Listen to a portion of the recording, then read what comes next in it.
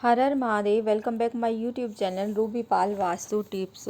दोस्तों, आज की वीडियो में चंद्र ग्रहण से जुड़ी हुई कुछ जानकारी और ख़ास विशेष उपाय के बारे में बताने वाले हैं, जो कि काफ़ी लोगों के मन में डाउट चल रहा होगा कि शरद पूर्णिमा वाले दिन ही चंद्र ग्रहण है और चंद्र जो ग्रहण है वो 1:05 से स्टार्ट होगा और 2:24 पर ख़त्म होगा।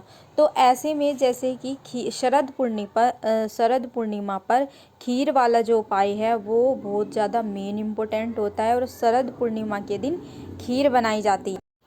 शरद पूर्णिमा के दिन खीर बनाकर उसे चंद्र की किरणों में रखना, चंद्र देवता की रोशनी में रखना, ऐसा माना जाता है कि वो खीर अमृत तुल्य बन जाती है।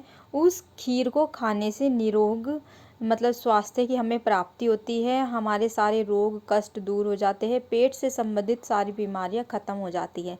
लेकिन इस बार खास क्या है, क्योंकि इस बार शरद पूर्णिमा के दिन ही क्या पड़ रहा है, ग्रहण पड़ रहे हैं। तो ये खीर वाला उपाय कैसे कर सकते हैं?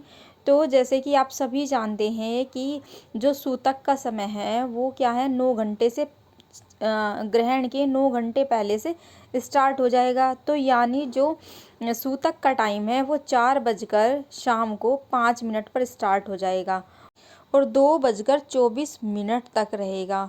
और जैसे कि आप सभी जानते हैं, जैसे मैंने इस पर ग्रहण के ऊपर एक पूरी फुल वीडियो भी बनाई है कि जो ग्रहण का टाइम है वो रात को 1:05 से ग्रहण स्टार्ट हो रहा है। तो ग्रहण के से पहले भी आप खीर बनाना मतलब आप नहीं बना सकते, क्योंकि वो ग्रहण के बीच में आ जाएगी, उस पर ग्रहण दोष लग जाएगा। वो खीर आप खा भी नहीं सकते हो, ना चंद्र देवता की किरणों में आप रख पाएंगे। तो आपको क्या करना है ऐसे में, तो आपको जो ये खीर बनाना है वो आपको 2:24 के बाद ही बनानी है, और जो चंद्र देवता की किरणों में ये खीर रखना है वो भी आपको 2:24 के बाद ही रखना है। तो ऐसी गलती बिल्कुल ना करें कि सूतक का समय तो 4:05 से स्टार्ट हो रहा है तो हम दिन में खीर बना लेते हैं। नहीं, क्योंकि जब वो आप खीर रखी रहेगी तो वो क्या है, चंद्र ग्रहण के प्रभाव में आ जाएगी।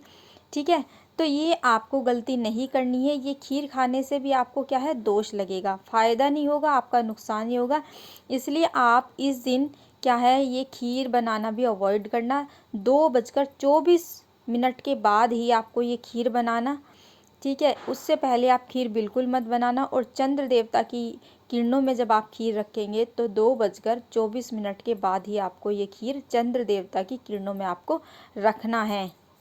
इसके बाद जो लोगों के मन में दूसरा जो डाउट है, दूसरा जो सवाल है कि शरद पूर्णिमा के दिन चंद्र देवता का दर्शन करना बहुत ही महत्वपूर्ण माना जाता है, बहुत ही पुण्य का काम माना जाता है और चंद्र देवता के दर्शन करना बहुत ही शुभ माना जाता है। इस दिन चंद्र देवता के दर्शन करने से आंखों की रोशनी तो बढ़ती ही है, प्लस स्किन से रिलेटेड संबंधित बीमारियां भी दूर होती हैं। और जो व्यक्ति भी शरद पूर्णिमा के दिन चंद्र देवता को थोड़ी देर बैठकर उनको निहारते हैं, उनको आँखों से रिलेटेड कोई भी बीमारियां नहीं होती है और उनकी आंखें कमज़ोर नहीं होती हैं।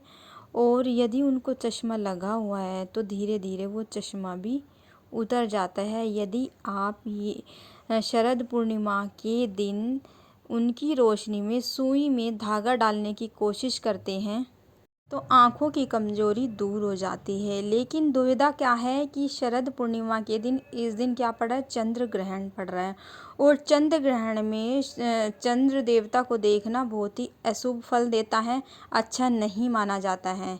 ठीक है, चंद्र ग्रहण की किरणों का अपने ऊपर पड़ना एक दुष्प्रभाव होना है, इसका दुष्प्रभाव हमारी बॉडी पर पड़ता है। इसलिए चंद्र ग्रहण के दौरान आपको चंद्र देवता को नहीं देखना है। 2:24 पर चंद्र ग्रहण का असर खत्म हो जाएगा, चंद्र ग्रहण खत्म हो जाएगा।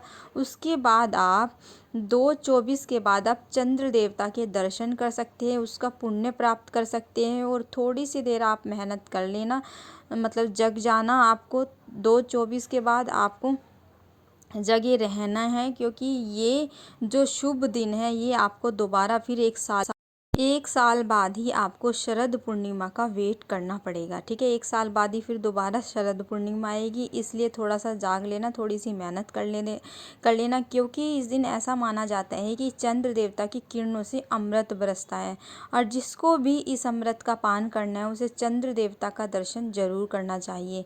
तो यदि आप चाहते हैं कि आप भी इस शुभ घड़ी का लाभ लेना चाहते हैं तो आपको 2:24 के बाद चंद्र देवता के दर्शन अवश्य करने चाहिए।